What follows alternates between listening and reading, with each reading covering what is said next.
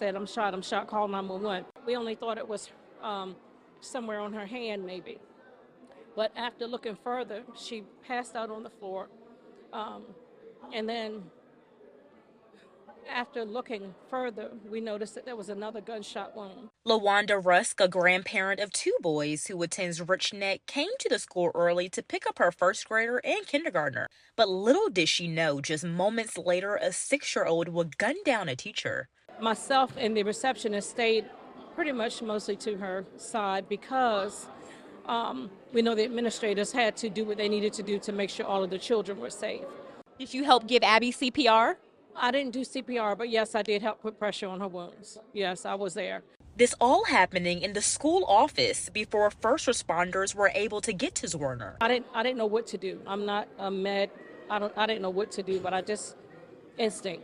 Worrying not only for Zwerner, but for her two boys' safety. He was in the classroom beside her, beside the classroom where the gunshot was, and he heard the gunshot. They heard the gunshot.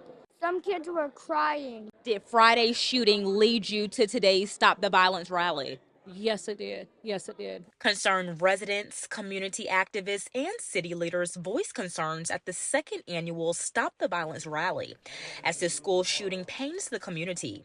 Chief Drew even showing support to the youngest in our community. We are trying to focus this on a mental issue more than just the violence part of it. Leaving Russ to enhance her mental health conversations with her boys. They don't realize the height of the situation. However, I'm still talking to them about what happened on Friday. And I will continue to talk to them until they really get a full understanding of the magnitude of how things went. How a 6-year-old can obtain a weapon, a firearm, let alone have the wherewithal to use it.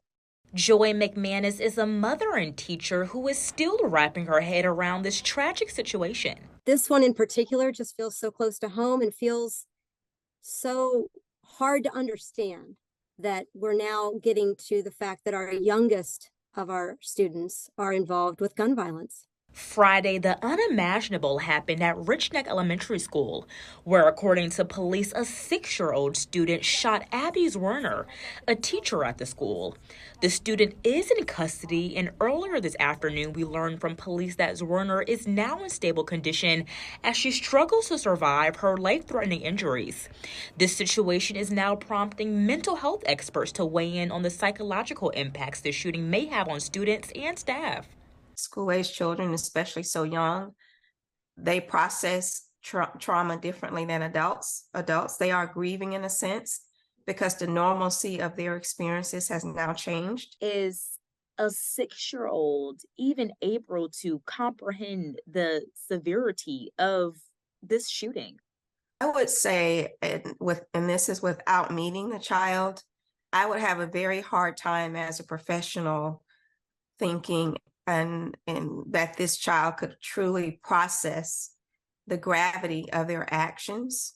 Yet Williams says the shooting involving a 6-year-old is a case like no other, leading her to recommend parents to encourage their children to share their feelings. It wouldn't surprise me that it would take months or years for the impact of this trauma to truly settle in for those individuals.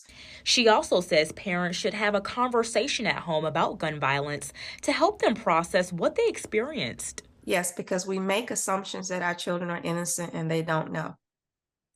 And if we have conversations, we will be surprised at what they pick up. Thank you so much for having me on the show. This past weekend has been a dark day for our city. It's a very raw experience, but I'm extremely proud of all my first responders, the teachers, the staff, the community coming together. We are going to pull together. Honestly, it's a very difficult thing to process. The fact that we have a 6-year-old individual with the ability to bring a gun into school and harm his teacher, something that we're still grappling with. It is still an active investigation, but as always, our main priority is to ensure the safety of our children in schools. So right now, it still remains an active investigation. So at this time, we're going to let the police conduct a thorough and formal investigation before we comment on that matter. So in accordance with Virginia law, and after talking to victim and her family. We're actually not going to announce her name at this time, but I can tell you that myself and other colleagues of city council, as well as the police chief, we spent the last couple of days at the hospital. I've spoken to the family almost every single day, and I'm very glad to report that she's in a stable condition at this time. Yeah. I think right now there's a lot of questions that we have to answer as a community. One, how a 6-year-old was able to have a gun, to know how to use it in such a deliberate manner. But I do know that right now, because it remains an investigation, we're going to let itself sort of work out before we rush to judgment at this time. But I can tell you that the individuals responsible will be held accountable. I can promise that. I think right now there are going to have to be some discussions.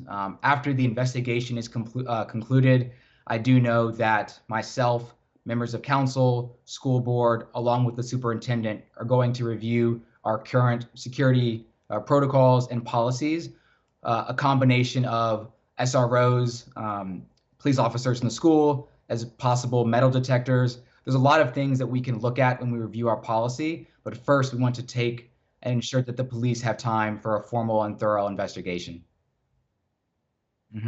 So it's actually already happening. So myself and members of council, we do not formally swear in until Tuesday.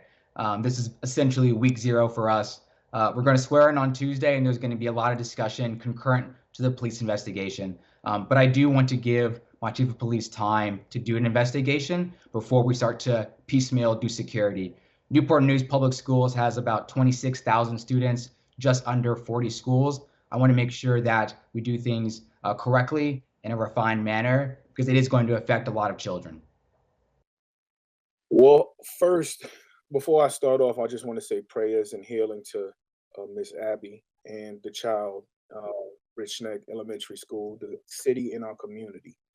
The second thing is, I wasn't alerted about what happened at the school. Half of the parents was not alerted about what happened in the school. We found out on the news. My wife called me and told me that there's a shooting, an active shooter at the school. And when we found out there was an active shooter, I got up.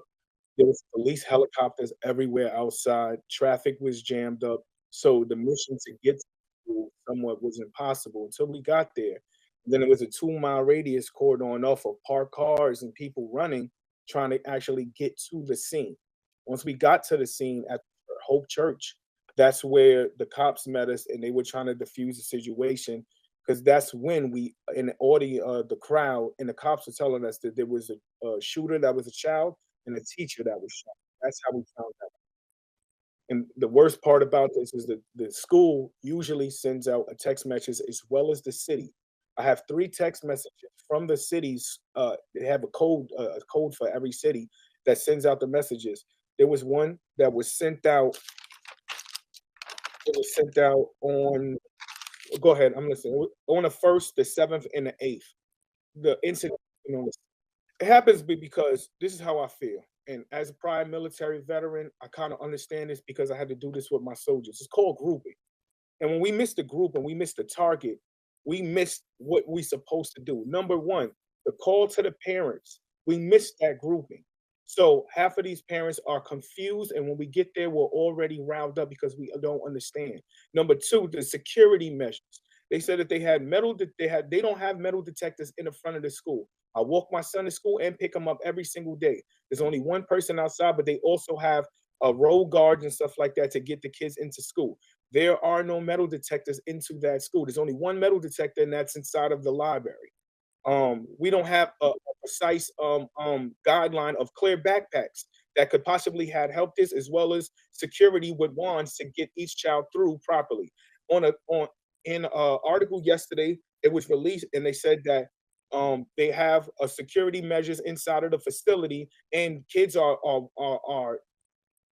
looked at every day in their backpack sporadically. My child's backpack is looked at every single morning by his teacher in his folder, Miss MacArthur, in the 2nd grade. Every single morning. How did we miss this? And again, prior raised concerns. We as parents raised these concerns before. We've talked to the principal, we talked to the guidance counselor, we went to town hall meetings, we spoke on Zooms. What else are we supposed to do? Yes, can you give me 1 second before we even say that? I'm not blaming the school. I'm blaming the city for not implementing the measures to help these schools after 3 years of school shootings. Go ahead. So when it happened, the teacher heard it from the first grade, and we all went to the room. And then when we got there, we all stayed quiet. 2 people were crying. I will help them. And when the cops came, we were marching to the gym, and we were all safe. And they were programming it was safe enough. He just said that he was scared and he's glad that we got there on time, and it was just a scary situation. His children were shaken up, parents was even more shaken up. But like I said, Richneck Elementary School is not to blame here. Their safety measures are implemented. They got these kids in a safe zone. I'm very glad that that's what happened. And I just want the city to speak up and try to get more implements so this doesn't happen again. Any that can see and respond for a subject with a gun at Richneck Elementary School, acknowledge. Tonight in Newport News, Virginia, a 6-year-old under arrest, a teacher critically wounded, and parents terrified. When I hear active shooter, I think my baby. It's the first thing is my baby is right there. And then you hear it is a baby that did this. And just all I can think is how and why. Isabella Moore was one of the parents who scrambled to the school to make sure her kindergartner was okay. It is terrifying, and you just have hysterical parents everywhere that don't know what to do. And until you get your kid, you're not believing that they're okay. After police allege the boy intentionally fired a handgun in class, shooting his first-grade teacher following an altercation. The teacher identified by her alma mater as Abby Zwerner. She was struck in the upper shoulder, and there was an injury to her hand as a result of that bullet as well, hitting her hand as well as the upper torso area of her body. And how is she doing now? We're hearing reports she's in stable condition after coming out of surgery. Police aren't naming the boy, who is now in custody. The investigation is ongoing. Do you know how the 6-year-old got a gun on campus? Like many schools today, we do not march elementary students through metal detectors every day when they walk into a schoolhouse. And that's something that we have to weigh. Do you feel safe sending your kids to school? No, I don't. And that's sad because it's the start. It is only the start for them. And they have a lot more years to go. Erin McLaughlin, NBC News.